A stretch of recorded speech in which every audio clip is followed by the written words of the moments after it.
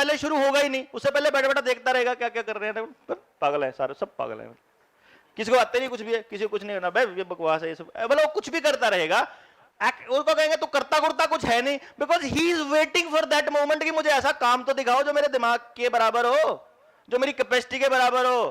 ऐਵੇਂ ही आसान आसान से काम देते रहते हो, याद कर ले, ये थोड़ी, ये कोई काम थोड़ी है, ये कोई पढ़ाई थोड़ी है। He will always say, नजर आ रहा है कोई बच्चा ऐसा दिख रहा है ना क्लास में, ऐसा बच्चा, पीटीएम की प्रॉब्लम्स दिख रही होंगी, ये वो वाले बच्चे हैं। अब सोचो अपने पास है ही नहीं ऐसा कोई सिस्टम जो उनको कैटेगराइज कर पाए, नोट कर लीजिए, जो कैटेगराइज कर पाए, जो सोच पाए, जो उनको उतनी सोच दे दे, उतना भारी काम दे दे। है इतना भारी काम अपने पास स्कूलों में, अपने इंफ्रास्ट्रक्चर में इतना भारी काम है क्या जितने लेवल की मैं बात कर रहा हूं? तो बताओ क्या करोगे? कर दिया बर्बाद हो गया ना। So this is the point जो आपको समझना है, और समझने से ज्यादा आपको मां बाप को समझाना है कि भाई ये वो वाला सामान है जिसका इस्तेमाल बम बनाने के लिए करना है, तो क्यों पटाखे बनाने की बात करता है इससे? वो बारूद है, इतना एनर्जी है, इतनी हाई एनर्जी है, वो बंदा दूसरों के लिए लड़ने के लिए बना है, वो बंदा आंदोलन करने के लिए बना है, वो बंदा मतलब पता नहीं क्या करने के लिए, दुनिया पलटने के लिए बना है। वो कोशिश भी करेगा तो भारी सामान उठाने की करेगा, ये नहीं उठती, चल कोई भी भारी सामान, ये उठा, कार उठा के दिखाता हूं आगे से, ये दिखाता हूं पीछे से, इस टाइप की हरकतें करेगा वो। नहीं तो जिम में जाएगा तो देखता हूं कितना वजन उठा सकता, मतलब वो दिखेगा वहां उसके उन कामों में। आप, क्योंकि आपके पास और कोई इतना बढ़िया, इतना भारी दिखने वाला काम है ही नहीं आपके पास, उसकी गलती थोड़ी ना है। गलती फिर मारी है स्कूल की, माँ बाप की, सिस्टम की, सोसाइटी की, आसपास की सराउंडिंग्स की, और कोई ऑप्शन ही नहीं है। नोट कर लीजिए। तो और हमारे पास नहीं है। क्लियर हुआ? अब रह गए 0 to 60 वाले। 0 to 60 वाले, 60 से बिलो जिनका टीएसजी रह जाता है, ये आमतौर पे वो बच्चे हैं, आमतौर पे, मैं देखिए 100% नहीं कह रहा हूं, समटाइम्स डाटा कैन वेरी, है ना। ये वो वाले बच्चे हैं जो बेसिकली जिनमें ओपन एरियाज बहुत होंगे। ओपन एरिया का कॉन्सेप्ट पता है? हाँ जी, ओपन एरिया का कॉन्सेप्ट नो आइडिया, अभी तक नहीं डिस्कशन हुआ, तो now comes the point of open area. Open area को हम कैसे समझेंगे? देखिए, मैं क्योंकि टेक्निकल आदमी नहीं हूं ना, तो देसी भाषा में बता सकता हूं। समझाना है मेरा मकसद, तो देसी भाषा कहीं, टेक्निकल लैंग्वेज कहीं ढूंढ लेना कैसे होता है। जब भी हमारे ब्रेन में एनर्जी का डिस्ट्रीब्यूशन होता है, उसका तरीका क्या है? उसका तरीका यह है कि हमारे 10 लोब है, ये 100 करोड़ न्यूरॉन्स नेचर लेके बैठी है, बंदा पैदा होने वाला है अब वो प्रेगनेंसी के दौरान, और नेचर ने उसको 100 करोड़ न्यूरॉन्स ऐसे मारे फेंक के कि जा जी ले बेटा अपनी जिंदगी, और वो 10 जगह पे वो न्यूरॉन्स डिस्ट्रीब्यूट होने हैं। तो 100 crore is a big number. Equal कभी आएगा नहीं, बराबर किसी का भी नहीं आएगा, कभी भी नहीं आएगा। This is the reason of individual difference, व्यक्तिगत भिन्नता जिसको कहते हैं, कि इंसान इंसान से कैसे अलग है, वो ऐसे अलग है कि इतना बड़ा नंबर डिस्ट्रीब्यूट किया है आपको। अब वो जो न्यूरॉन्स आ गए हैं, वो फिर न्यूरल नेटवर्क तैयार करते हैं। जैसे आपके कंप्यूटर के अंदर, मोबाइल में, चिप में वो शोल्डर से वो जो कनेक्शन बने होते हैं, जैसे घरों के अंदर सर्किट में, सर्किट के अंदर कनेक्शन बने होते हैं। और जब आप किसी कंप्यूटर की प्लेट देखोगे ना, तो आपको वो सफेद सफेद से वो सर्किट दिखेंगे, आपको इसका मतलब समझ में नहीं आएगा, वही अंदर बनेंगे, वही सर्किट बनेंगे। उन सर्किट में सब कुछ है कि 4 दबाया तो स्क्रीन पे 4 आया, 4 + 5 दबाया तो स्क्रीन पे 9 आएगा, वो सर्किट है। उधर वो न्यूरल नेटवर्क है, कहां पे क्या स्टोर है, किस फाइल में कहां क्या है, वो सब कुछ कंप्यूटर में जैसे सेव होता है, वैसे ही सिस्टम जो है हमारा उस ब्रेन का बनता है। तो ब्रेन का वो जो न्यूरल नेटवर्क बना, वो neural network is the base of interest and this report. ये रिपोर्ट उस न्यूरल नेटवर्क के हिसाब से बनी कि जिधर जैसा न्यूरल नेटवर्क बना, वैसा ही अपने हाथों पे ये पैटर्न बना। वो पैटर्न क्लियर हुआ? अरे हमारी होम मिनिस्ट्री आ गई भाई। हाय। Yeah, he's my son. Meet यशस्वी बलहारा। चल बैठ। देसी आदमी है, कोई चक्कर नहीं, कर लेता जुगाड़ अपना। सो वो जो न्यूरल नेटवर्क बना, आप बाद में देख लेना, अभी पहले ये बात खत्म कर लेते हैं। बाद में कर लेना। तो वो जो न्यूरल नेटवर्क बना, वो न्यूरल नेटवर्क बेसिकली उसके बेसिस पर वो सर्किट बने, और जैसे सर्किट बने दिमाग में 10 जगह पे उनकी कॉपी आई अपनी उंगलियों पे। जैसे कोई भी दुकानदार अपने वो रैक फाइनलाइज करता है, जिस प्रकार से अब कोई भी कैसे कहेंगे इसको, लेखक है, कोई राइटर है, अपनी किताब के पहले पन्ने पे इंडेक्स बना देता है कि इस पेज पे इतने रुपए, ये वाली लेसन है, इस पे ये वाला टॉपिक है, इस पे ये वाला टॉपिक है, ऐसे ही बोल रखता है ना वो इंडेक्स पेज पे। वो सब कुछ पता होता है कि ये इंडेक्स में ये सामान मिलता है। लाइब्रेरी में जिस प्रकार मान लो दिमाग के अंदर भी इसको स्टोरेज अगर हम मान के चलें, तो स्टोरेज एक कमरा है हमारे पास कोई, और हमने उसको स्टोर बना लिया, हमने उसमें कुछ रखना है सामान, मान लीजिए किताबें रखनी है, हमने किताबें रखनी है, तो आया बंदा किताब फेंक दी, दूसरा आया फेंक दी, तीसरा फेंक दी, सारी किताबें मैथ वाली, साइंस वाली, सारा पूरा कमरा भर गया किताबों का। एंड नाउ अब आपको कह दिया जाए कि जाओ 8th क्लास की RS अग्रवाल निकाल के लाओ। अब चांसेस आर देयर कि ऊपर ही पड़ी हो, और चांसेस आर देयर कि पूरा कमरा उलट कर दे जो सबसे आखिर में मिले, बिकॉज कोई ऑर्गेनाइज मैनर में नहीं रखा हमने। दिस इज लाइक मेमोरी का ये सिस्टम है, बच्चे की मेमोरी से क्योंकि आप रोज डील करते हो, तो मेमोरी का ये सिस्टम है कि वो इस तरह से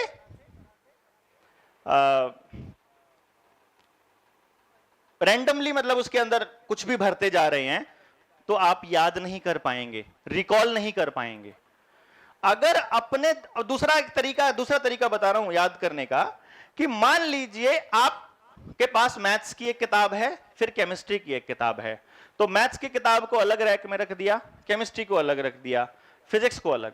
फिर केमिस्ट्री की अगली आई, पहले वाली केमिस्ट्री जो थी वो 10th की थी, अगली केमिस्ट्री 11th की है, तो फिर 11th का अलग बॉक्स बना दो केमिस्ट्री का, फिर 12th केमिस्ट्री का अलग बना दो। ऐसे करके आपके पास बन गई, वहां लिख दो, और जो भी किताब आए उस मैथ्स की किताब मैथ्स वाले सेक्शन में, फिर वहां पे अलग अलग सेक्शन 1st, 2nd, 3rd का बना हुआ 10th वाले में रख दो जाके चुपचाप। अब आपको अगर 8th क्लास की RS अग्रवाल ढूंढनी है, पहले मैथ सेक्शन में जाओ, फिर 8th क्लास में जाओ, फिर छोटी सी सेक्शन है और निकाल लो। ये बच्चे को समझाना कैसे है कि जो आपका लर्निंग मेथड है, जो आपका सीखना है, मतलब मान लो वो काइनेस्थेटिक लर्नर है या कोई सा भी लर्नर है, पहले लर्नर को छोड़ो, आपने कोई चीज याद करनी है, याद करने के लिए एक तरीका यह है कि भरते जाओ, ठूंसते जाओ दिमाग में सब कुछ जो आ रहा है, और दूसरा तरीका है कि उसको ऑर्गेनाइज्ड मैनर में रखो दिमाग में। अब ऑर्गेनाइज्ड मैनर का क्या तरीका है कि आपको पता हो वो दिमाग में कहां पड़ी है। कैसे? क्या आप अपनी जिंदगी में ऐसे किसी इंसान को जानते हो जिसके कान ऐसे हों? याद है? थोड़ा से बाहर की तरफ निकले हुए हो। आमिर खान आ गया दिमाग में।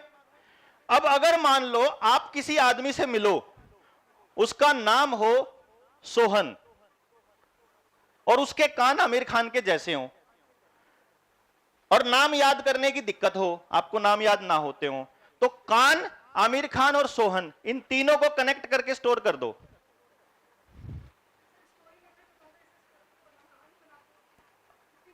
अभी आप पता लगेगा, अभी बताऊंगा मैं आपको। स्टोर कर लिया, ये नाम था सिर्फ एक, 4-5 नाम करने हैं, 40 नाम करने हैं। इसके लिए थोड़ी प्रैक्टिस करनी होती है कि पहले आप 3 को याद कर सकते हो कि 6 को याद कर सकते हो कि कितना याद कर सकते हो।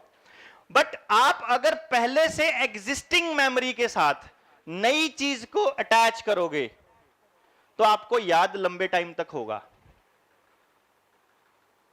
ऐसे ही होता है जब 10th क्लास में कोई टॉपिक सिखाना होता है या 8th में टॉपिक सिखाना होता है तो 6th में उसको इंट्रोड्यूस करा देते हैं, ताकि जब 8th में आए तो इतना तो आप पहले पढ़ चुके हो अब इतना उसके साथ अटैच करते हैं हमेशा जब भी बताते हैं। That is the right way to learn, मतलब टू मेमोराइज, स्टोर कर रहा है दिमाग के अंदर। अब ये अलग अलग मेथड्स हैं। मान लो वो है विजुअल लर्नर, तो आप उसको एक कहानी की फॉर्म में समझा सकते हो। जब आप उसको कहानी की फॉर्म में समझाओगे ना, तो वो उस तरह से समझाना पड़ेगा जैसे फिल्म चल रही है दिमाग में, पिक्चराइजेशन से तरह।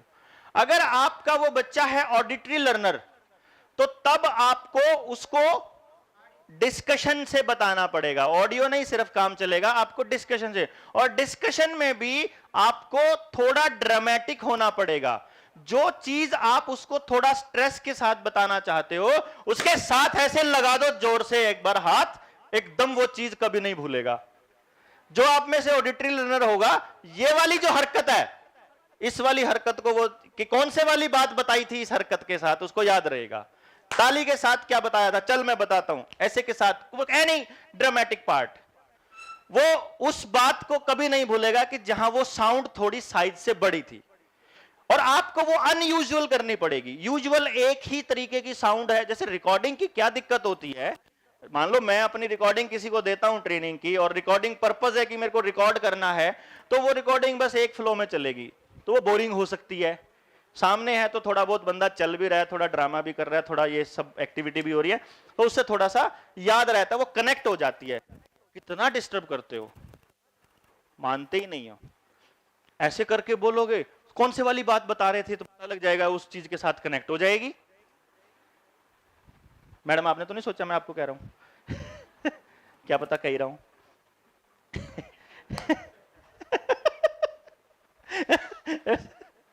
मतलब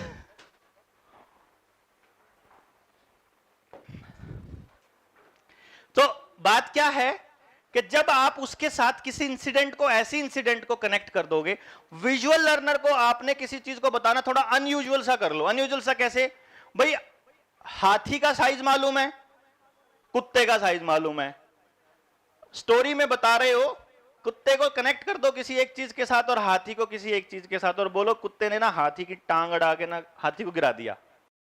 विजुलाइज करो, कितना फनी सा लगता है, बट भूल के दिखाओ जिंदगी में अब कभी इस लाइन को, बिकॉज साथ के साथ विजुलाइज कर लिया। कुत्ता आप जानते थे क्या साइज है, कितना वजन है, कितना कुछ है, हाथी ऑलरेडी पता है आपको, आपने उन दोनों को एक अलग स्टोरी में अलग तरह से फ्रेम किया। नेचुरली क्या होना था कि उसके आसपास था तो उसने पैर रख दिया तो मर गया, बट यहां पे क्या हो रहा है कि उसने उसको गिरा दिया। फिर दांत तोड़ो, टांग तोड़ो, उल्टा करो, वो आपके ऊपर है आगे का प्रोसेस क्या करते हो। And now you can imagine कि इसके बाद, तो ये कनेक्ट करने का एक तरीका है ऑलरेडी एग्जिस्टिंग मेमोरीज के साथ नई मेमोरी जब आप स्टोर करो, ये स्टोरेज है। तो ये जो मैं आपको बताया था न्यूरल नेटवर्क जो बना होता है, वो न्यूरल नेटवर्क जब बनेगा तो उस न्यूरल नेटवर्क की कॉपी ही हमारे हाथों की इन उंगलियों पे है, जिसको हम स्टडी कर रहे हैं बेसिकली। यहां वो जैसे कैसे होता है कि फॉर एग्जाम्पल आप देखते हो पूरा इंडिया, आप भारत को यहां बैठे बैठे नहीं देख सकते, बट भारत का नक्शा अगर आपके हाथ में है तो वहां नीचे स्केल लिखा होता है कि 1 मिलीमीटर का मतलब 100 किलोमीटर, तो वहां लगाओ अंदाजा 2 मिलीमीटर, अच्छा 200 किलोमीटर यहां का डिस्टेंस 1 मिनट में पता चल जाता है, वो स्केल है। Basically this is the scale of the neural network, यानी उस आदमी के बिहेवियर को, उसके न्यूरल नेटवर्क को आपका स्केल जो यहां कुदरत ने दिया हुआ है, ये अपन ने पकड़ लिया, और इसको पकड़ के अपन ने एक कंसोलिडेट करके एक सिस्टम तैयार कर दिया। And now we can find out कि दिमाग कैसा बना हुआ है, न्यूरल नेटवर्क कैसा बना हुआ है। अब किसी किसी बच्चे के अंदर वो न्यूरल नेटवर्क बनता ही नहीं। कैसे कि भाई उस बंदे का, ये आप इसको ऐसे समझ सकते हो कि ये गोला है, गोला मतलब ये आपका लोब है, ब्रेन लोब, भाई देसी भाषा में समझा रहा हूं इसलिए कह रहा हूं, ब्रेन लोब है, इसमें ऐसे न्यूरल नेटवर्क वो आए न्यूरॉन्स, और फिर जो जितने आए वो बंद हो गया। दूसरे वाले लोब में ऐसे 10 लोब में न्यूरल नेटवर्क आए और बंद हो गए। हम अगले सेशन में हो सकता है कि मैं आपको प्रोजेक्टर पे दिखाऊं कि दिमाग, या फिर आप मुझे वो भेज दीजिएगा, आपके व्हाट्सएप नंबर जिसके नहीं है वो मुझे आप व्हाट्सएप कर दीजिएगा, अभी मैं आपको वो शेयर कर दूंगा वीडियो जिसमें न्यूरल नेटवर्क बनने की पूरी प्रोसेस होती है। कि जन्म से कंसीव करने से लेकर के और जन्म तक वो न्यूरल नेटवर्क किस तरह से बनते हैं, वो पूरा डिटेल आपको एक एक चीज मेडिकल उस फॉर्म में मिल जाएगी, मेडिकल तरीके से, साइंटिफिकली जो प्रूव्ड है। तो वो न्यूरल नेटवर्क बन के और वो आपका लोब क्लोज हो जाता है ऐसे करके, ठीक है। तो आपके बच्चे की या किसी भी इंसान की उस लोब में प्रेजेंट न्यूरॉन्स उसकी उस जगह की कैपेसिटी, मेमोरी, इंटरेस्ट को डिसाइड करता है। अब आपको क्लियर पता लगा ना कैसे होता है ये सब कुछ? नॉट ए मतलब it's not a rocket science, basically this is called neuroscience. This is neuroscience. ये साइंस है, साइंटिफिकली प्रूव्ड है। सिर्फ उनको बिहेवियर के साथ और पूरे रिसर्च और एक्सपीरियंस के साथ कनेक्ट किया है हमने और कुछ नहीं किया। उसको कनेक्ट करने में कितने साल और कितने लोग शामिल थे वो अपना इशू ही नहीं है। अब अपने पास पूरे सामान का जूस पड़ा हुआ है, वो आपको दे रहा हूं निकाल के कि ये इतना बस बिल्कुल जो आपके काम का है। जैसे जैसे आगे चीजें आएंगी वो काम आ जाएंगी। अब क्या होता है कि वो न्यूरल नेटवर्क जो बन गया, फिक्स हो गई एनर्जी, तो वो आपका टीएसजी की फॉर्म में दिखता है कि इतने न्यूरॉन्स हैं अपने पास। क्लियर? Any doubt? अब क्या हुआ, जिसका न्यूरल नेटवर्क नहीं बना, मान लो 3 लोब में न्यूरल नेटवर्क नहीं बना। बना मतलब उसमें न्यूरॉन्स तो हैं, लेकिन न्यूरॉन्स जाने के बाद वो जो लोब है वो क्लोज नहीं हुआ, वो अभी ओपन है। अब एक दूसरा लोब है उसमें भी ओपन है, तीसरा लोब है उसमें भी ओपन है। भाई जैसे घर में 6 आदमी घुसा दिए एक कमरे में, इस कमरे में 8 आदमी, और दरवाजा बाहर से बंद कर दिया। एक तो ये तरीका है। दूसरा तरीका है कि एक कमरे में 6 हैं, एक में 8 है, दरवाजे खुले हैं। अब 8 वाले 6 में जाओ, 6 वाले 8 में जाओ, इट्स वेरी इजी। तो वो जो न्यूरल नेटवर्क जिसके कनेक्शन नहीं बने थे वो उसमें, उसको मैं कॉल कर रहा हूं ओपन एरिया, कि उसका कुछ भी फिक्स नहीं है, पता ही नहीं है। अब जिस जगह पे ओपन एरिया है, अगर वो ओपन एरिया नहीं होता तो उस जगह पे उस आदमी की एनर्जी डिफाइंड होती कि इतनी है, कम है या ज्यादा है। जहां वो क्लोज नहीं हुआ, ओपन रह गया, वहां हम उसकी एनर्जी को डिफाइन नहीं कर सकते, दूसरी जगह भी नहीं कर सकते। तो मान लो वो विजुअल इंटेलिजेंस में है ओपन एरिया, मान लो किसी भी इंटेलिजेंस में है ओपन एरिया, तो ओपन एरिया अगर वो वहां पता लग गया तो क्या होगा कि उस जगह एनर्जी का नहीं पता, तो जैसे ही विजुअल इंटेलिजेंस से रिलेटेड कोई काम आएगा, उस बच्चे का दूसरे लोब से न्यूरॉन्स वहां काम करने पहुंच जाएंगे और उस बच्चे की जो कैपेसिटी है लर्न करने की वो ड्रास्टिकली इंप्रूव हो जाएगी। पहले कुछ समझ नहीं आता था, चाल देख के पता भी नहीं चलता था कि ये खेल सकता है, खेलने के इसमें गुण है। बट जब खेलना शुरू किया तो कोच ने कहा इसने तो हफ्ते भर में ही इतना सीख लिया जितने 2 महीने में सीखता है बंदा। म्यूजिक कभी आता नहीं था, कभी सीखा नहीं था, म्यूजिक क्लास में गया तो म्यूजिक के टीचर ने बोला कि इसने तो 4 ही दिन में इतना कर दिया जो 1 महीने का बच्चा नहीं कर सकता, मतलब 1 महीने में भी नहीं कर सकता। जिसी तरह से आर्ट क्लास में गया, टीचर ने कहा वे तो मैंने तो सिखाया कुछ और था, ये तो इससे आगे भी कर लेता है। मतलब जो भी काम करने गया उसका, क्योंकि उसके सपोर्ट में दूसरे नेटवर्क, दूसरे न्यूरॉन्स आ गए, तो उसका एनर्जी लेवल एकदम अप, एकदम जाएगा। यानी वो हर चीज को परफेक्शन से करेगा। परफेक्शन इन द सेंस बहुत इंटरेस्ट से करेगा, बहुत परफॉर्मेंस के साथ करेगा। परफेक्शन की जगह मैंने परफेक्शन वर्ड गलत इस्तेमाल किया, इसमें क्या बोलना था? हैं? परफॉर्मेंस यूज करना था। मतलब उसकी परफॉर्मेंस जो थी वो बहुत हाई होगी वहां पे, ठीक है। अब ये कुछ भी करे, सभी इतना मस्त करता है।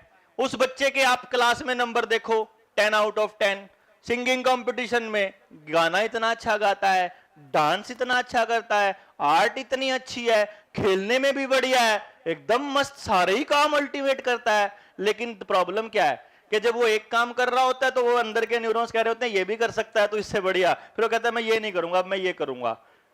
उसका बस इंटरेस्ट नहीं टिक पा रहा एक जगह पे, नंबर तो खूब आ रहे हैं। इसलिए वो बच्चा फिर क्या कहता है, बस टीचर तो मुझे बनना नहीं, बस ये तो मुझे करना नहीं। करना क्या है पता नहीं, कुछ बड़ा सा करूंगा, कुछ इतना बड़ा करेंगे, मतलब वो उसको अभी भी नहीं विजुलाइज कर पा रहा, क्योंकि उसे लग रहा है मैं सब कुछ कर सकता हूं। समझ रहे हैं कौन सा बच्चा है ये? कौन सा बच्चा है? अगर पर्सनालिटी की बात करूं तो फ्लैशी। आमतौर पे ये फ्लैशी या लिसनर में ही पाए जाते हैं ओपन एरियाज। और जो फ्लैशी बच्चा होगा उसकी परफॉर्मेंस हर जगह अल्टीमेट होगी, तो मां बाप को लगता है कि ये पढ़ेगा मस्त, बट पढ़ाई उसका सबसे आखिरी एरिया होता है। उसका सबसे फेवरेट डायलॉग बताऊं क्या होता है? कि पढ़ा लो जितना मर्जी, बस पेपर नहीं होने चाहिए। होता है ना ऐसे? पेपरों से नफरत नहीं करता, लेकिन वो पेपर मतलब पेपर उसको पसंद नहीं है, पढ़ाने से कोई दिक्कत नहीं है। हाँ, वो अलग अलग है, वो आपने पूरी नहीं की ट्रेनिंग, ठीक है? समझ आ रहा है पॉइंट? कि अब आपको यह मालूम पड़ गया कि उसकी वो परफॉर्मेंस हर जगह इतनी टॉप की है। और यही बच्चे हैं जो 10 आउट ऑफ 10 लेते हैं, यही बच्चे हैं जो अबव 90 स्कोर करते हैं। एंड इसीलिए मैं कहता हूं कि 90 अबव स्कोर करने वाला बच्चा पढ़ने के लिए नहीं बना, बिकॉज उसने इतनी ढेर सारी चीजें करने के लिए बना है। वो he is a natural actor, basically वो एक्टिंग के लिए, हर चीज करने के लिए, कि सुबह से इंस्पेक्टर, शाम को जज, अगले दिन खिलाड़ी की ड्रेस में, सब कुछ बनना है उसे। सब कुछ बनने के लिए सब कुछ सीखना पड़ता है, तो उसको सब कुछ सिखाओ, और फिर वो सब कुछ सीखने के बाद उन सब से रिलेटेड कोई ना कोई काम अपने आप कर लेगा बड़ा होकर के। लेकिन पढ़ाई से रिलेटेड अगर उससे काम करवा दिया तो जिंदगी हो गई खराब, कन्फर्म। और हमारे यहां नौकरी भी उसी को मिलती है, जबकि वो नौकरी के लिए नहीं बना, जिसके नंबर ज्यादा आते हैं। एडमिशंस भी पीएमटी में उसी को होता है, जबकि वो डॉक्टर बनने के लिए नहीं बना। वो तो ड्रामे करने के लिए बना है यार, ऑलरेडी करता है सुबह से लेके शाम तक, देखते भी हो उसको, काहे को उसकी ओरिजिनल नेचर से उसको कहीं और लेके जाते हो। और ऐसे केसेस आएंगे, मैं आपको दिखाऊंगा। मैं आमतौर पे जो पर्सनल 1-to-1 जब थोड़ा सोलेस में जाकर के हम ट्रेनिंग करते हैं, वहां मैं ऐसी रिकॉर्डिंग सुनाता हूं उन बच्चों की जो फ्लैशी थे, ओपन एरियाज थे, 10 आउट ऑफ 10 स्कोर करते थे, 10th के बाद मेरे पास काउंसलिंग के लिए आए। मैंने कहा ये बच्चा पढ़ने के लिए नहीं बना, माँ बाप को समझ में नहीं आया, पीएमटी की तैयारी करवाई, पीएमटी में दाखला हुआ, बीएमबीबीएस में दाखला कर लिया, और दाखले के बाद उस बच्चे ने अपने कॉलेज से मेरे को फोन किया, सर मैं I am going to commit suicide, मुझे नहीं दम घुटता है, यहां पे नहीं अच्छा लगता, मैं कैसे उड़ूं, मेरे पंख में सब जाम हो गए हैं, मेरे को नहीं अच्छा लगता, क्या करूं। मैं कहा तेरी बीमारी यही है, तेरे को जब कहा था तब तो माना नहीं तूने, अब भुगत। सर मैं कैसे करूं? फिर 2-4 आइडिया बताया, मैं ऐसे करके, थोड़े दिन का करके था, मैं हैप्पी हूं यहां पे। मतलब लाइक दैट, समझ रहे हैं आप? फिर कुछ और, फिर लगता है मां बाप को लगता है ठीक तो चल रहा है सब कुछ, तो वो उस लेवल पे नहीं समझ पाते। तो ये जो ओपन एरिया है, इसका क्लियर मतलब क्या समझ में आया? कि उस पर्टिकुलर फील्ड में उस बच्चे का पोटेंशियल अनलिमिटेड है, depending upon the exposure. Exposure नहीं होगा, उस बच्चे को कभी पता नहीं चलेगा कि मेरे में ये टैलेंट है, और अगर एक्सपोजर हो जाएगा तो बच्चा कहेगा मेरे से बढ़िया इस काम को कोई नहीं कर सकता। Simple, very simple, everything depends upon exposure उस बच्चे का, जिसके पास ओपन एरियाज हो। और जिसमें ओपन एरिया हो वहां पे क्योंकि कोई सिस्टम नहीं है उसके न्यूरल नेटवर्क को दिखाने का, तो इसीलिए हम उसका स्कोर गेन जो है, स्कोर रिज काउंट नहीं काउंट कर सकते, इसीलिए उसमें फिर 0 देते हैं, इसलिए फिर वो कम रह जाता है स्कोर, इसीलिए 60 बिलो रहता है। यानी कि 2 तरह के अलग से गिफ्टेड बच्चे आए। हमने कहा हर एक बच्चा यूनिक है और गिफ्टेड है, उसमें कोई कमी नहीं है, इस लाइन को हमेशा याद रखिएगा। दूसरा, थोड़े से और स्पेशल गिफ्टेड हैं। पहला जो 60 बिलो है, जो हर काम के लिए मस्त है, कुछ नहीं कराओगे तो भी वेला भी खुश, सब कुछ कराओगे तो 24 घंटे काम करके भी खुश, उसको कोई प्रॉब्लम नहीं, शिकायतें करने की आदत है, वो सारा दिन लगा रहेगा। कभी कोई किसी को ढूंढ लेगा, मेरी मैडम ऐसे करती है, मेरी कुलीग ऐसे करती है, मेरा सर ऐसे करता है, मेरी कोऑर्डिनेटर ऐसे करती है, घर जाके मेरी सास ऐसे करती है, वो मतलब वो उसमें ढूंढ लेगा। छोटा बच्चा है तो मेरी क्लासमेट ऐसे करती है, उसने मेरे को ये नहीं किया, मैंने तो उसको इतना दिया था, मैं तो इतनी पेंसिल, मेरी तो हर बार पेंसिल ले लेती है, मेरे को कुछ नहीं देती है, मैं जब मांगू तो मेरी जरूरत, ऐसे मतलब लगा रहेगा, उसका कोई काम नहीं है, उसे वो चलता रहेगा उसका। तो एक पॉइंट तो ये था जहां पे वो बेसिकली कि उसका हर काम में पोटेंशियल अनलिमिटेड है और वो उसके एक्सपोजर के ऊपर डिपेंड करता है। और दूसरा गिफ्टेड वो था जो बहुत ज्यादा हाई एनर्जेटिक है, उसको आप सिर्फ हाईली कामों में एंगेज करके ही खुश रख सकते हो। ये दो अलग तरह के बच्चे थे जो टोटल स्कोर के ऊपर आए थे। तो शुरू से लेके आखिर तक का बच्चा समझ आ गया। अगर आपके पास रिपोर्ट पड़ी हो तो आपको मालूम पड़ जाएगा कितना काम कराना है, किस किस तरह का काम कराना है एंड कैसे जाना है। ऐसे ही दूसरी चीजें भी आएंगी। अब आने वाले टाइम में आपको पूरी रिपोर्ट देंगे। थोड़ा सा चाय का ब्रेक ले लेते हैं तब तक, है ना। और वो रिपोर्ट जब आपके पास पहुंच जाएगी एक एक बच्चे की, तो उस रिपोर्ट को देखना, उसको देखना कि आपको क्या समझ आया, और तब हम उसको एक्सप्लेन करते हैं। और फिर आपको थोड़ा बहुत आइडिया आना शुरू होगा कि आपकी क्लास में खड़े बच्चे को आप कैसे समझोगे और कैसे उसको एक्सप्लेन करोगे, and what should next to be suggested to his parents. Clear? Thank you very much.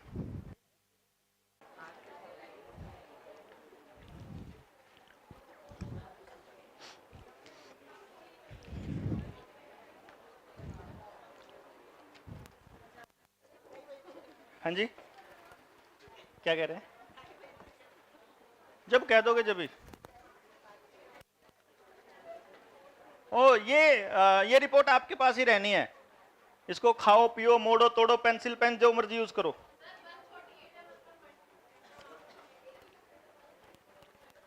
आइए एक्सप्लेन कीजिए, आ जाइए। Anyone who can explain this report? Who can dare to explain? Anyone?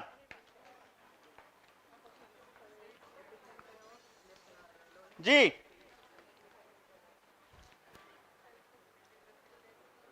बच्चों जो समझ में ना आए पूछ लिया करो, सवाल की बारी। अब ऐसे पेपर ले लूं आपका मैं? अभी ले ले सेपरेट टेस्ट।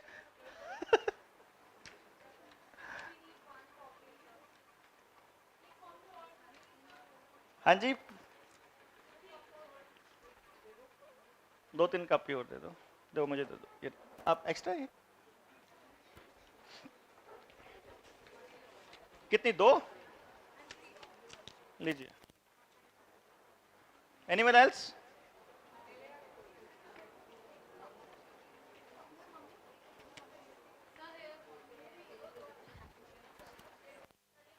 इतने सारे हाथ उठे हैं? अच्छा, हो गया हो गया हो गया। हाथ 4 उठे, ली एक ने। हाँ जी, हाँ जी, 100 की 4, 100 की 4, 100 की 4।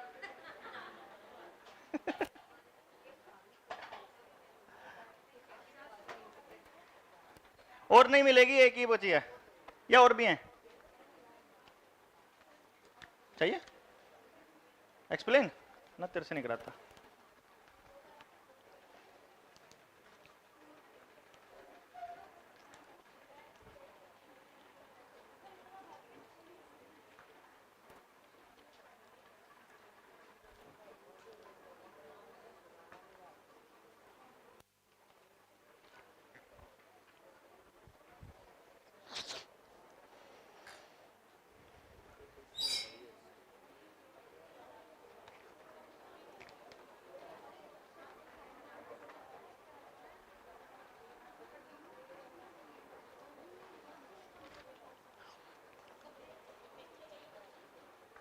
हाँ जी,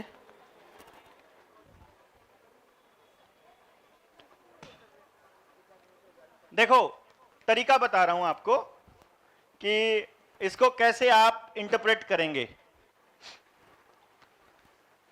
अभी ये आपके पास आधी रिपोर्ट है, आधी भी नहीं है, मतलब जस्ट ये पॉइंट है कि किन किन चीजों को आपने देखना है जब उसकी रिपोर्ट आपके सामने हो। फिर इन चीजों की एक्सप्लेनेटरी पेजेस भी हैं, वो भी आपको रिपोर्ट में मिलेंगे। टोटल 32 पेज की रिपोर्ट आएगी एक बच्चे की, 32 पेजेस की। इस 32 पेजेस की रिपोर्ट में एक एक चीज एक्सप्लेन्ड होगी। वैसे तो आप किस चीज तक पहुंचते हैं, कितना पहुंच पाते हैं, ये डिपेंड करेगा आपके प्रीवियस नॉलेज प्लस आपका इंटरेस्ट, आपने कितना दिखाया था शुरू में, क्योंकि बिगनिंग में थोड़ी सी कंफ्यूजन और थोड़ा सा नेगेटिविटी आपके दिमाग में आने लगी थी कि पता नहीं क्या कराएंगे आखिर तक आते आते वो सारे खत्म हो चुका है। लेकिन जो आदमी ने जिस पर्सन ने, जिस टीचर ने उस वक्त इंटरेस्ट नहीं शो किया था, वो आज अभी वहीं खड़ा है, ये देख लीजिए। इसीलिए पहले मैंने 3-4 घंटे शुरुआत के इसी बात पे लगाए थे कि डाउट मत करिएगा, यकीन मान के एक बार शुरू करिएगा, आखिर तक पहुंचते पहुंचते सब समझ आना शुरू हो जाएगा। क्योंकि पहले दिन में, पहले झटके में नहीं बता सकता, मेरे पास इतना ही, ऐसे ही यही फ्लो हो सकता है, मुझे लगता है। इससे अच्छा फ्लो कोई बता पाएगा तो आने वाले टाइम में मैं सीख लूंगा। लेकिन शुरू में क्योंकि चीजें बहुत ज्यादा हो जाती हैं, तो ऐसा लगता है जैसे कहीं हमारी पिछली जिंदगी के साथ कंफ्यूजन तो नहीं हो जाएगा जो हमने सीखा हुआ है आज तक।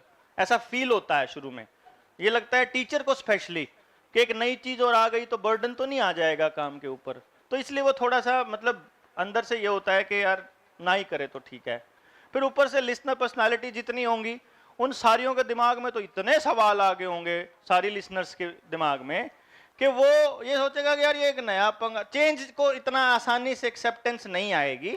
और वो इतने सारी जो कि पहले जो मेथड चल रहा है, यार ऐसे कैसे चेंज होएगा, ये तो यहाँ के छोड़ो, पॉलिसी चेंज कराओ सीधा, हमारे से वो मतलब स्कूल में नहीं कुछ बदलना, हमने ऊपर पॉलिसी पे ही चले जाएंगे। तो वो किसी और को कहेंगे कि उसको कहो बदलने को, अपन नहीं बदलते, अपन ऐसे ही रहते हैं, और जो करने को बोलोगे वो कर देंगे, सीधी सीधी बात, समझने वाला काम अपने बस की बात नहीं, काम बताओ क्या करना है। वो सीधा एक लाइनर, वन लाइनर सोल्यूशन चाहते हैं, तो वो भी हमने नहीं दिया। वो इसलिए नहीं दिया, वन लाइनर सोल्यूशन आप दे ही नहीं सकते। जिस मोमेंट में ये कहता हूं कि हर बच्चा यूनिक होता है, जिस मोमेंट में ये कहता हूं, बताता हूं आपको कि आपका एक भी बच्चा दूसरे से इक्वल नहीं है, बराबर नहीं है, तो ऑब्वियसली एक की बात दूसरे पे लागू हो ही नहीं सकती। हां, सेम पैटर्न कहीं नजर आता है तो उसका मतलब और फिर उनको एक जगह पे लेकर आना वो हो सकता है। तो पहले अलग अलग चीजों को समझिए, जहां जो चीज ज्यादा का मतलब है, जहां जो चीज कम का मतलब है, उसका इस्तेमाल कीजिए एंड आपको चीजें फिर धीरे धीरे उन सारी स्टोरीज को, जैसे एक पजल वो होती है, एक पजल बॉक्स होता है या उसके टुकड़े होते हैं, उसको जब हम, हाँ वो जो से पीसीज कह रही है मैडम, वो वाले पीसीज, नाम नहीं लेना आता मेरे को थोड़ा सा, तो वो वाले पीसीज जो जब हम इकट्ठे करते हैं तो वो एक साथ फिर तस्वीर थोड़ी क्लियर होनी शुरू होती है। तो मैंने वो वाले पीसीज अलग अलग फेंके हुए थे और फिर उनको मैंने एक एक करके बताया कि इसमें क्या क्या एक्सप्लेन किया हुआ है। अब आपको वो तस्वीर इकट्ठी करनी है बस इस रिपोर्ट के माध्यम से। जो चीज ज्यादा है उसको ज्यादा के कंटेक्स्ट में समझो, जो चीज कम है उसको कम के कंटेक्स्ट में समझो। मैंने हर चीज का कम का भी मतलब बताया हुआ है और ज्यादा का मतलब भी बताया हुआ है ना। अब कम किसको कहेंगे, ज्यादा किसको, ये पहला सवाल है ना। मतलब कम किसको कहेंगे और ज्यादा किसको कहेंगे, इसके लिए आपको जाना पड़ेगा एवरेज पे, ठीक है। अब यहां दो एवरेजेस बनेंगी, पहली एवरेज जो नंबर के आधार पर है और दूसरी एवरेज जो दिख रहा है उसके आधार पर है। हम सबसे पहले इस एवरेज को काउंट करते हैं मल्टीपल इंटेलिजेंस में, जो बीच में 8 हैं ये नजर आ रही हैं, पहले हम इस पे जाते हैं। अगर हम नंबर देखें तो पूरे दिमाग को 8 जगह डिवाइड कर दिया, 100 को 8 जगह डिवाइड करोगे 12.5 एवरेज आएगा। यानी कि हम ये कह सकते हैं कि जो 12.5 से ज्यादा है वो एवरेज से ज्यादा है, जो 12.5 से कम है वो कम है। ज्यादा का मतलब समझ आया, 12.5 से ज्यादा का मतलब ज्यादा और 12.5 से कम का मतलब कम। अब अगर किसी का 12.5 हुआ तो, किसी का 12.4 हुआ तो, किसी का 12.6 हुआ तो, 5, 6, 4 आगे पीछे हुआ तो, इन दैट केस आपको करना पड़ेगा फिर एज अ होल देखना पड़ेगा कि 8 इंटेलिजेंस हैं, टॉप की 4 कौन सी हैं और नीचे की 4 कौन सी हैं, वो एवरेज पता लग जाएंगी। क्यों जी, टॉप की 4 पता लग गई और नीचे की 4 पता लग गई। अब बच्चे का बिहेवियर जब भी शो होगा वो आपका एक्सट्रीम पोजीशन वाला शो होगा, यानी कि जो आपकी इंटेलिजेंस सबसे ज्यादा है वो वाला बिहेवियर नजर आएगा और जो सबसे कम है वो, ये दो बिहेवियर सबसे ज्यादा विजिबल होंगे। बाकी के बिहेवियर इंटरमिक्सिंग हो सकते हैं क्योंकि वो लगभग बराबर अगर होते हैं तो सेम भी है, लगभग बराबर हो या बराबर हो, मतलब कितना ही भी हो सकता है ना, उस नंबर पे तो हम जा ही नहीं रहे, अगर बराबर हैं या लगभग बराबर है जैसा भी पॉइंट है। तो उस केस में आपको ये पता होगा कि ये इक्वल का क्या मतलब है और ज्यादा का क्या मतलब है और कम का क्या मतलब है। उसके लिए आपको फिर से वो जो टेप अपनी चली है वो रिकॉर्डेड पार्ट है उसको फिर देखना पड़ेगा। वो भूल चुके हो जो जो मैंने बताया था क्योंकि इतना सारा सामान था। तो अब क्या करना है, आपको दो काम करने हैं। एक तो जो भी बच गया है टीचर मुझे वो व्हाट्सएप करेगा अब क्योंकि अभी तक मेरे पास सभी के नंबर्स नहीं आए हैं। 100+ लोग यहाँ बैठे हुए हैं, मेरे पास आज 100+ मैसेजेस यहाँ से निकलने के बाद आने चाहिए या यहीं पे बैठे बैठे आने चाहिए। सेव तो होगा आपके पास नंबर। सारे के सारे आज अपना नाम भेजेंगे, चाहे पहले भेज रखा हो चाहे ना भेज रखा हो।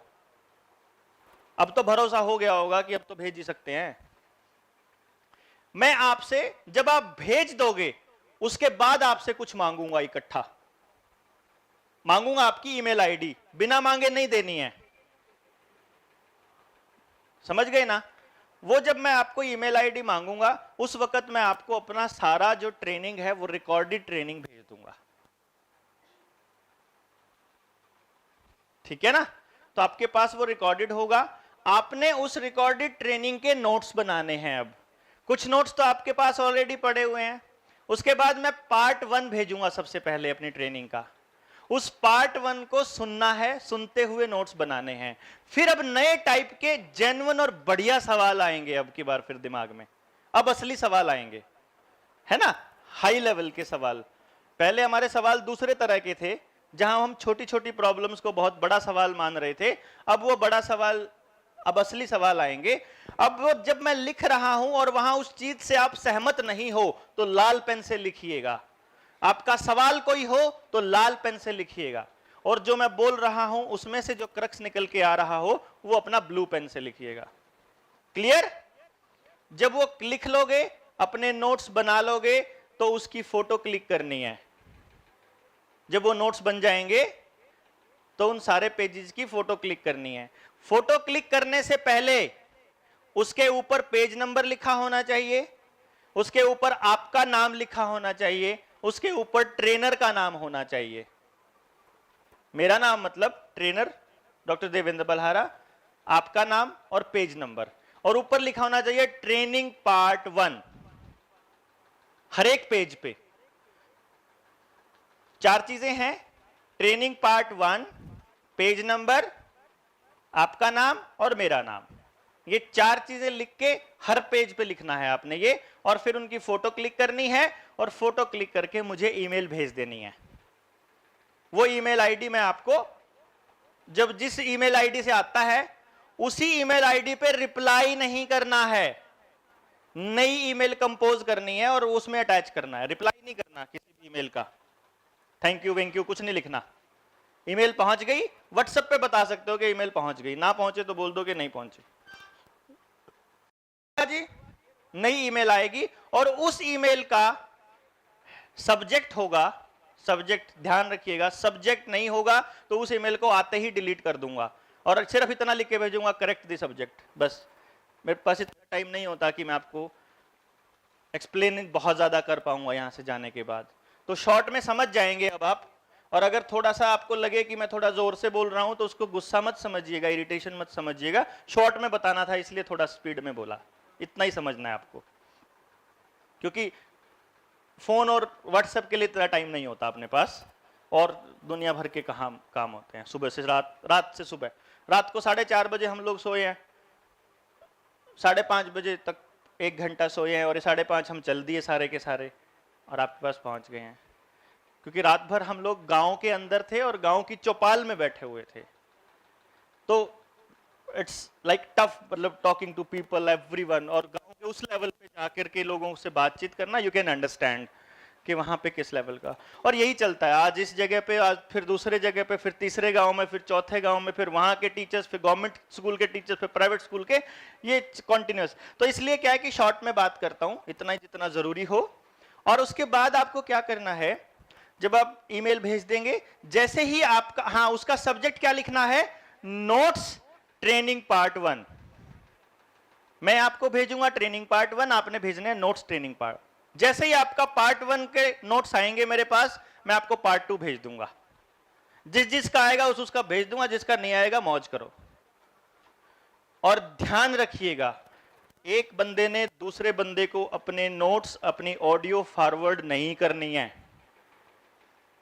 ये बहुत कॉन्फिडेंशियल है। या तो आपके स्कूल को मिली है ये रिकॉर्डिंग, क्योंकि आपको मिल चुकी है इसलिए आपको पर्सनली मिल रही है। मैं सिर्फ अपनी फ्रेंचाइजी को देता हूं मैं, या अवेयरनेस के लिए देता हूं। तो अगर आपके किसी रिश्तेदार, किसी टीचर अपने हस्बैंड, अपनी वाइफ या किसी और को सुनाना चाहते हो, तो उसको बोलिए कि अपने मोबाइल से मेरे को व्हाट्सएप करके मांग ले, क्योंकि मुझे पता होना चाहिए कि कौन आदमी सुन रहा है। और मैं मना नहीं करता, ये आम पब्लिक के लिए ओपन है। बेसिक ट्रेनिंग ओपन है, फाइनल ट्रेनिंग ओपन नहीं है। वो सिर्फ या स्कूल को मिलेगा जो यूज कर सकता है। यानी वहां तक पहुंचते पहुंचते छटनी हो जाएगी, कौन कौन असली योद्धा है, कौन कौन कैसे कैसे समझता है, कौन कौन क्या का पूरा पता चल जाएगा। तो जब उस लेवल तक पहुंचेगा उसी को फाइनल ट्रेनिंग मिलती है। भाई जो एमए वेस्ट करनी है जिसने, उसका क्या फायदा, सुन के उसको वेस्ट कर देना, टाइम और एनर्जी वेस्ट हो खाम खाई की। मेरे को ये समझो कि एक तरह से अगर मेरे से बिना पूछे किसी को फॉरवर्ड कर रहे हो तो समझो बेइज्जती कर रहे हो मेरी, सिंपली मेरी मेहनत की, मेरी इतनी जिंदगी के इतने सालों की तपस्या की। वो नहीं करना। जिसको चाहिए मुझसे मांग ले, कोई दिक्कत नहीं। वो मुझे जब तक जवाब देता रहेगा मैं अगले भेजता रहूंगा, क्योंकि मेरा काम अवेयरनेस है, मेरा काम जगाना ही है, मेरा कोई पर्पज नहीं है इससे। तो आपको वो ओपन है for everyone in the world, कोई भी सीख ले। क्लियर, समझ आया जी? तो जो जो मुझे भेजता रहेगा मैं अगला पार्ट उसको भेजता रहूंगा। उससे आपके पास नोट्स क्लियर हो जाएंगे ना। जैसे अभी आपको समझ नहीं आ रहा, इतनी सारी चीजें थी, अब तो भूल चुके हैं, इतना सारा मैटर था वो कहां चला गया, तो अब वो फिर सारा दोबारा रिवाइव हो जाएगा। और उसमें आधी चीजें होंगी, आधी अब मैंने बताई हुई है आपके पास नोट्स में, तो कंसोलिडेट कर लेना, मिला लेना उसको।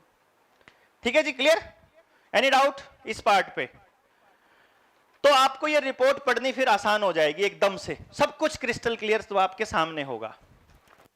सेकंड पार्ट, अब इसको अगर आप समझना चाहते हो तो जो लोएस्ट है वो वाला पार्ट और जो हाईएस्ट है वो वाला पार्ट, इसको देखो आप। देखिए, हाईएस्ट काइनेस्थेटिक इंटेलिजेंस है और लिंग्विस्टिक इंटेलिजेंस है और इंटरपर्सनल इंटेलिजेंस है, 3।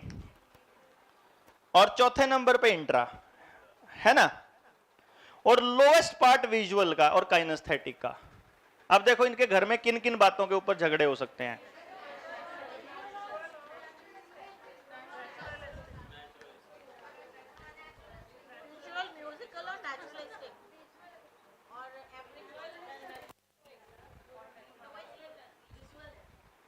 विजुअल और नेचुरलिस्टिक लोएस्ट बोला है, बाकी के दोनों इनसे थोड़ा ऊपर है। वो लोएस्ट वाले में जो बच गए ऑब्वियसली वो चार ही बचे ना। 4 तो ऊपर वाले लिख दिए थे, बोल दिए थे हमने, तो नीचे 2। तो जो लोएस्ट बोले थे ना वो 2, उनका मतलब बता रहा हूं अब मैं कि वो उनके घर में झगड़ा किन किन बातों पे हो सकता है। अगर वो हस्बैंड वाइफ है तो, अगर वो ये बच्चा वाइफ का, ये वाइफ की रिपोर्ट है तो, अगर ये हस्बैंड की है तो, अगर ये बाप की है तो, और ये बच्चे की है तो, लड़की की है तो, लड़के की है तो, अमीर फैमिली की है तो, गरीब की है तो, मिडिल क्लास की है तो, सर्विस क्लास की है तो, बिजनेस फैमिली की है तो, दुकानदार की है तो, सबका अलग अलग होगा ना घर का माहौल। इसका मतलब आपको साथ के साथ ये ओरिजिनल नेचर प्लस उस घर का माहौल, वो दोनों के दोनों एकदम तस्वीर देखना पड़ेगा सामने, है ना।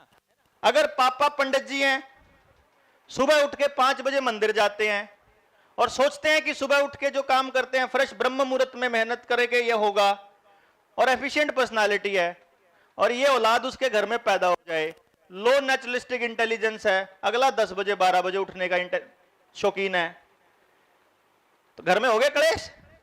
उनके घर में सबसे बड़ा क्लेश उसका लेट उठना ही है, बस सुबह ही रोने लग जाता है। और इसका भी एक पर्सनालिटी एफिशिएंट है, ये भी देख लेता है कि यार बापू ने रोज परेशान कर दिया, इससे अच्छा तो ये घर से छोड़ के भाग ही जाऊं।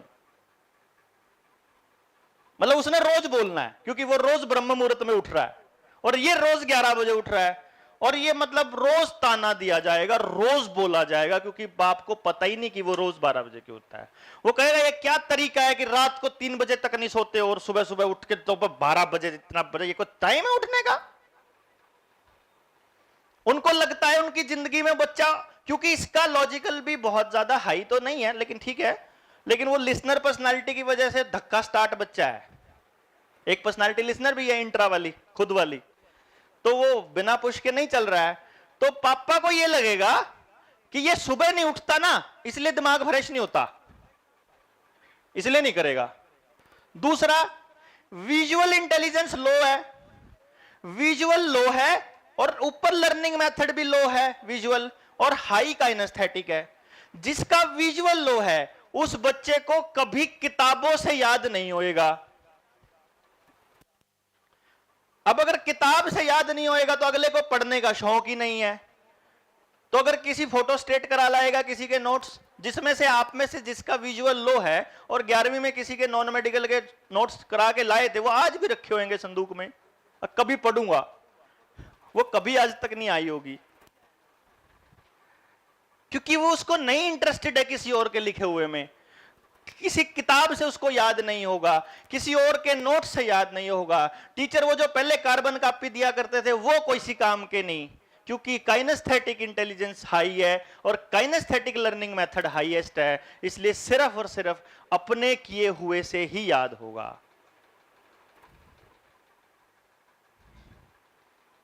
आ रहा है क्लियर चीजें, तस्वीर है ना? अगर इसके अलग कोई और तरीका अपना रहे हैं मां बाप, तो अब आपको समझ में आ जाएगा कॉन्फ्लिक्ट कहां से आ रहा है। ना उस बच्चे को पता वो क्यों आ रहा है, ना उस मां बाप को पता कि वो क्यों आ रहा है, पर आपको मालूम है कि वो कहां से आ रहा है। दूसरा, विजुअल लो होने की वजह से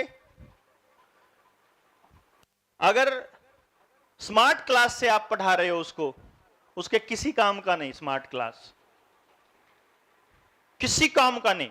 इससे अच्छा स्मार्ट क्लास के टाइम पे उसको खेलने को भेज दो, वो आपको बहुत प्यार करेगा कि बढ़िया है, वो स्मार्ट क्लास से पीछा छुड़ा के मेरे को ग्राउंड में भेज दिया, मैडम बहुत अच्छी है, मैडम इतने में अच्छी हो जाएगी बस, बिकॉज शी अंडरस्टैंड्स हिम। और धक्के से बिठाओगे ना उसको, काइनेस्थेटिक है। आपकी क्लास में दूसरी, तीसरी, पहली, नर्सरी, यूकेजी, एलकेजी में ऐसे बच्चे हैं जिनको आप स्मार्ट क्लास में बिठाते हो, लेकिन वो पीछे खेल रहे होते हैं। उनका मतलब ही नहीं वो बैठ जाएं आगे, वो नहीं इंटरेस्टेड है, 0% इंटरेस्ट इज देयर।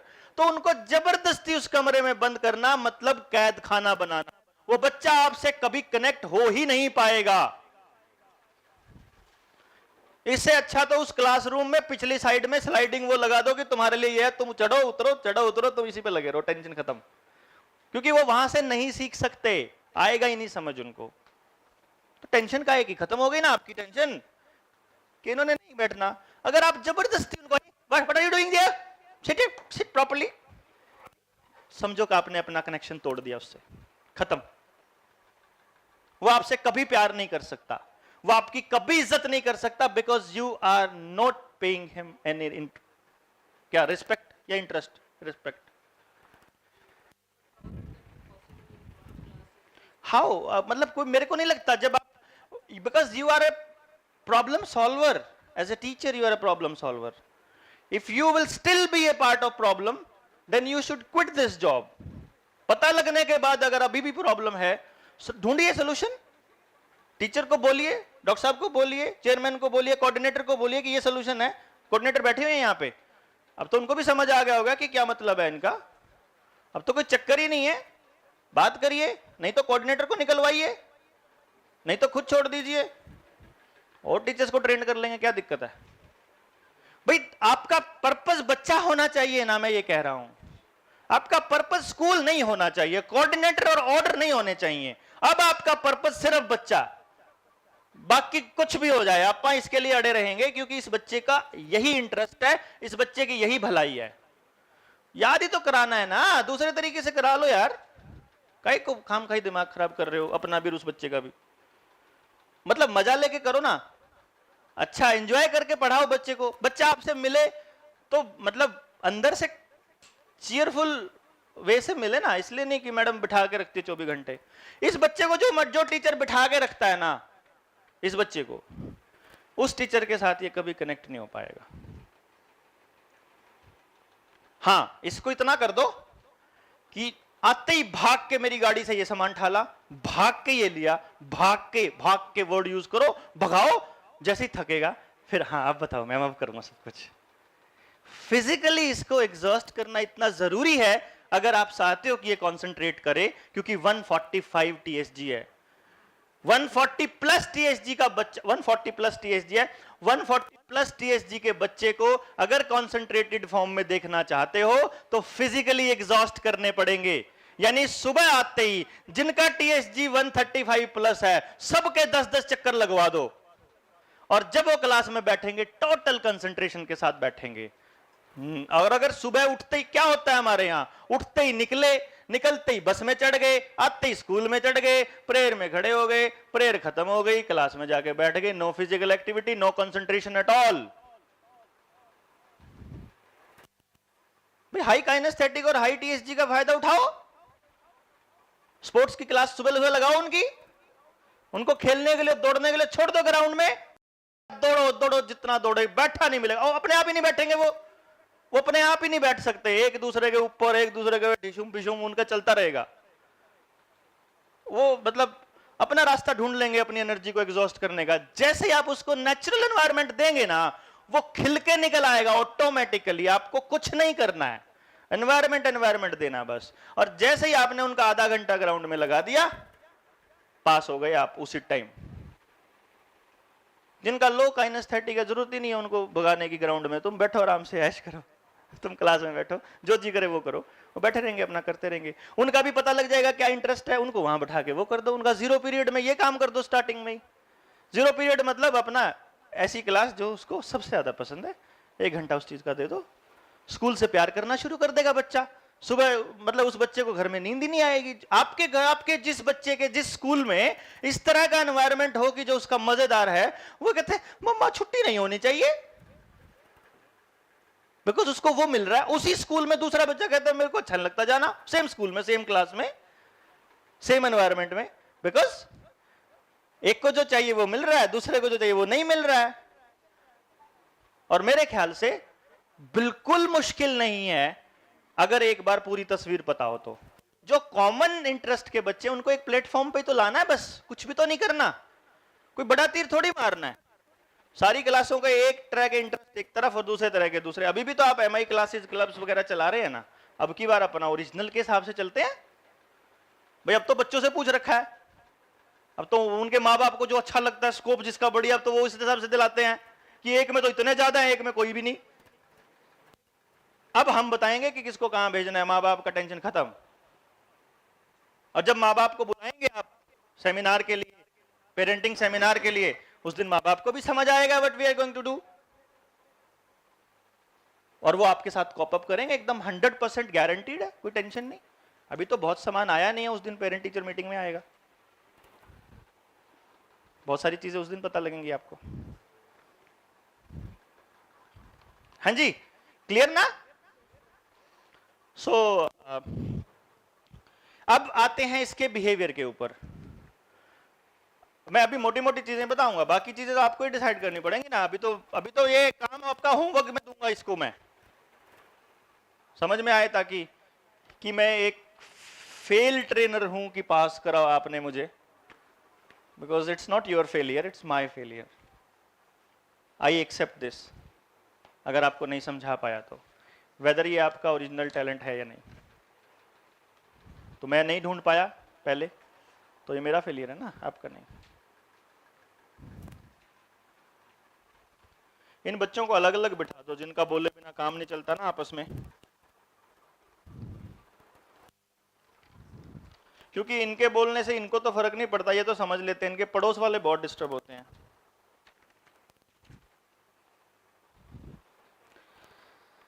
नेक्स्ट,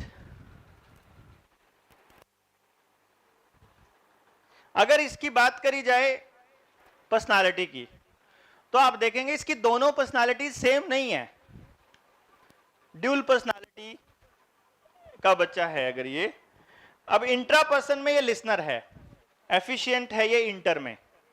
अब एक बिहेवियर ऐसा है जो सब कुछ मानता है, दूसरा बिहेवियर ऐसा है जो कुछ भी नहीं मानता। यानी कि अगर आदमी आपके घर का है, आपके साथ रहता है, आपसे प्यार का रिश्ता है, उसकी हर बात मानी जाएगी और इंस्ट्रक्शन फॉर्म में आएगी तो। लेकिन अगर आदमी आपसे रिश्ता अच्छा नहीं है तो फिर उसकी कोई बात नहीं मानी जाएगी।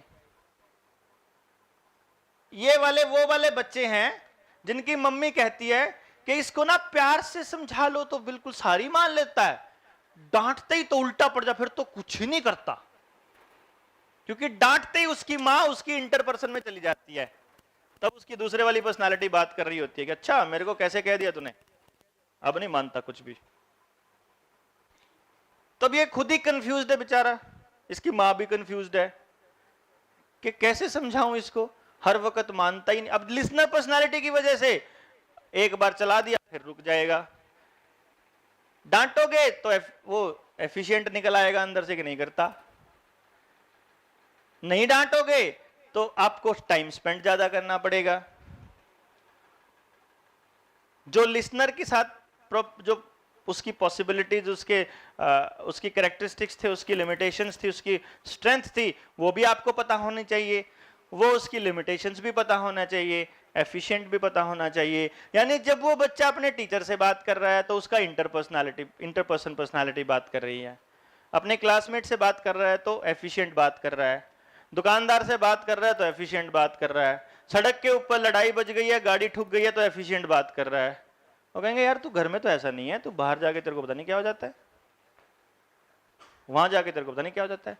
और इसका उल्टा भी तो हो सकता है कि घर में एफिशिएंट हो, बाहर लिसनर हो, जो मैडम को बोलेगी मैडम जी घर में तो कुछ नहीं मानता, और आप कहोगे नहीं he is so nice child, सब कुछ बहुत बढ़िया से करता है, एकदम बढ़िया, क्लास में तो बहुत अच्छा है ये। वो घर में बिल्कुल एफिशिएंट है, वो अपनी माँ के सामने एफिशिएंट है, स्कूल में लिसनर है, इसका उल्टा हो जाता है ना। तो उसका बिहेवियर एकदम से एग्जैक्ट क्लियरली समझ में आ जाएगा।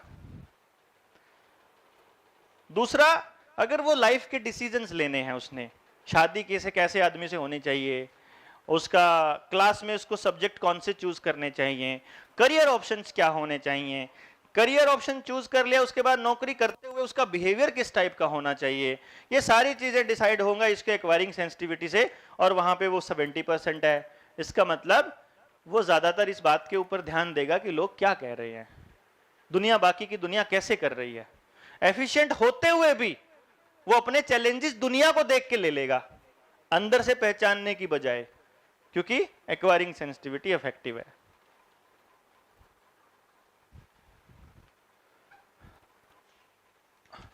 तीसरा, नेक्स्ट पार्ट, अगर आप इसका पेज नंबर 6 देखोगे, लास्ट में सबसे लास्ट, इससे पहले वाला 5 नंबर जब आप इसका देखते हो तो यहां पे आपको 10 लोब नजर आ रहे हैं, है ना। ये 10 लोब बेसिकली क्या हैं, ये एक लोब, जिस लोब का एनर्जी का डिस्ट्रीब्यूशन की बात हो रही है, उस पर्टिकुलर लोब का ये काम है कि हर लोब को कोई ना कोई काम मिला हुआ है, उस काम, उसमें एनर्जी जितनी है उस हिसाब से उस पर्टिकुलर काम के लिए इंटरेस्ट पैदा होगा।